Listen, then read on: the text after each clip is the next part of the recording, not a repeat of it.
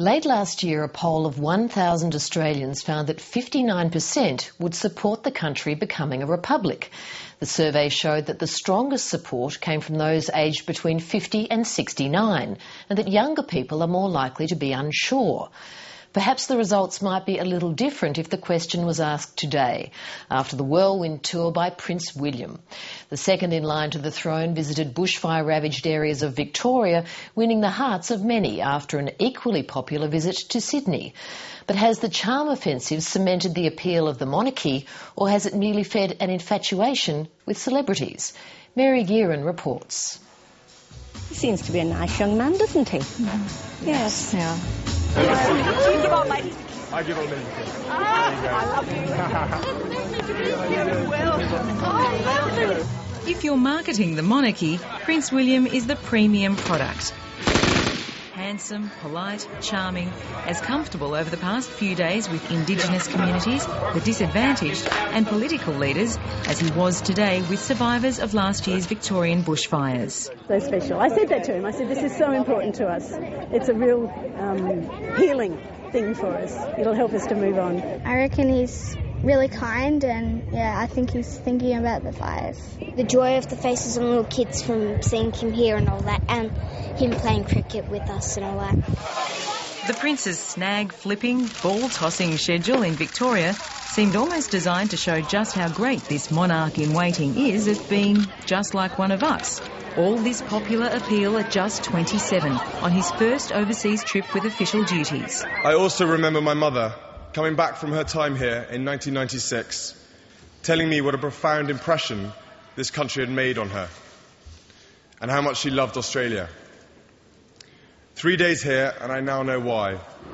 I think it's been very successful for William. He is slightly surprised by it. We chatted to him back in Auckland, and even then he was surprised by the media interest. People have jobs. His visit was midweek. You can imagine how much more the support would have been had it been a weekend. His visit may be of some comfort to a few people in Australia, but in terms of Australia's constitutional future, I can't see how it is relevant in any way. The Australian media has lapped up the unofficial visit. Shots of welcoming crowds work whether they reflect love for celebrity, love for the crown, or just plain curiosity. The British media travelling with the Prince is already calling this tour a success.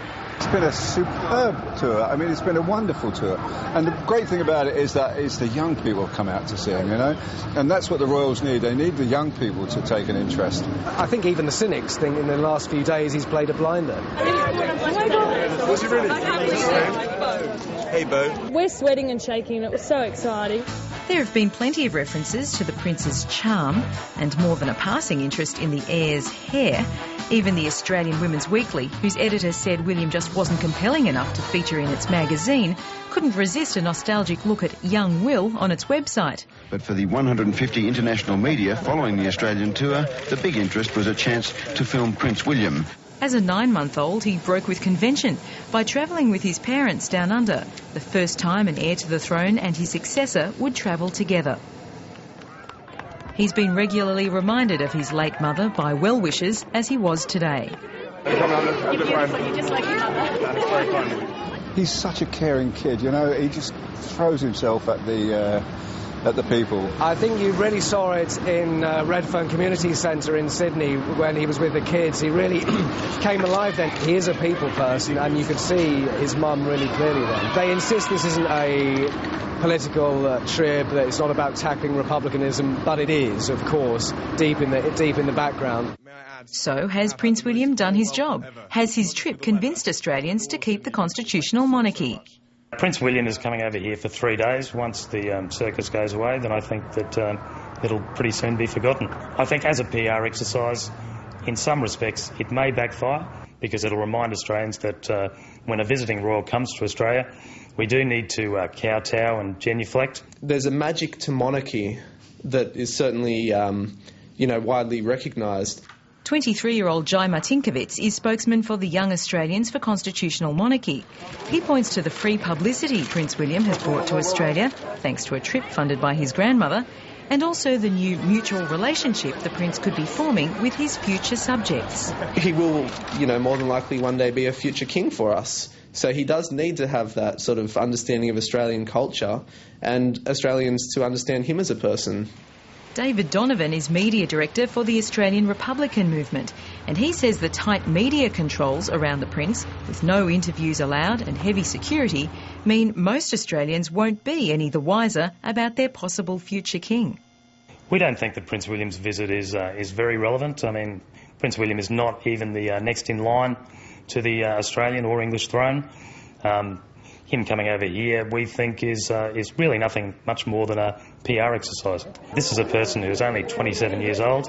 He has no real major achievements or experience in life that is of great benefit to Australians. I was, amongst the gathering yesterday at the Botanical Gardens, and there was just this amazing support and environment that was there. And just that real interest that was sparked, and I found it quite amazing to see that there was such support, particularly among young people. A recent poll said 59% of Australians want a republic. The accuracy of that result is disputed by monarchists. Right now, the Rudd government sees no benefit in pushing the matter. The Prime Minister has made it very clear that whilst he believes one day in the future this country will be a republic, that there are no present plans to have a referendum. Let's bring it on. The Greens are for saying let Australians have a say now. It's a very simple thing, a plebiscite. It's indicative, it doesn't lock governments in, but it simply says yes or no to the prospect of Australia becoming a republic. No matter what Australians think, the Prince's stellar performance is just what the royals needed back in the homeland. Oh, absolutely. But a junkie needs heroin. It needed this badly because they need to get younger people. And the monarchists would certainly be hoping this high can last.